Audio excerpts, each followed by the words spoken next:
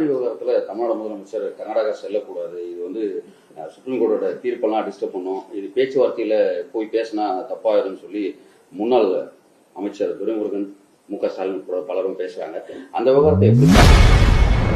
மேகதாது அணை விவகாரத்தில் கர்நாடக முதல்வரை தமிழக முதல்வர் விஜய் நேரில் சென்று சந்திக்கக்கூடாது என திமுக முன்னாள் முதல்வர் ஸ்டாலின் மற்றும் முன்னாள் அமைச்சர்கள் கூறி வருவது குறித்து செய்தியாளர் எழுப்பிய கேள்விக்கு அமைச்சர் வன்னியரசு பதிலளித்துள்ளார். தேசபக்தி பேசுவது ஒரே நாடு ஒரே மொழி என்கிற முழக்கத்தை முன்வைப்பார்கள். அதற்கு உள்ளே இருக்கின்ற முழக்கம் என்பது பிரிவினைவாதம் தான்.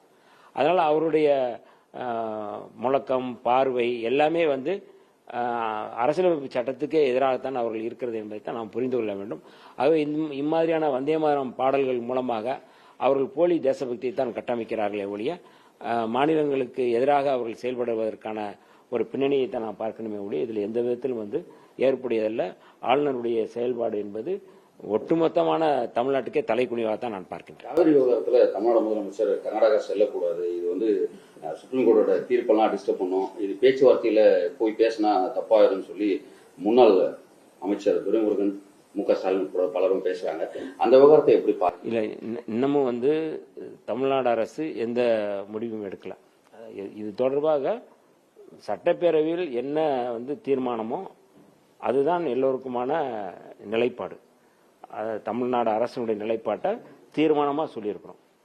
இப்போ அதற்கடுத்த நடவடிக்கைகள் அது எல்லாமே முதல்வர் அலுவலகம் வழிகாட்டும் சொல்லும். இல்லை, அதுதான் அது குறித்து நீங்கள் மாநில முதல்வர் அலுவலகம் சொல்லுமே ஒழிய அதற்கு பிறகுதான் நாங்கள் எதுவும் கருத்து சொல்ல முடியும். நாங்கள் இதில் எந்த கருத்து சொல்வதற்கு இல்லை. செய்திகளை உள்ளது உள்ளபடி தெரிந்து கொள்ள ரெஃப்ளெக்ட் நியூஸை சப்ஸ்கிரைப் பண்ணுங்க.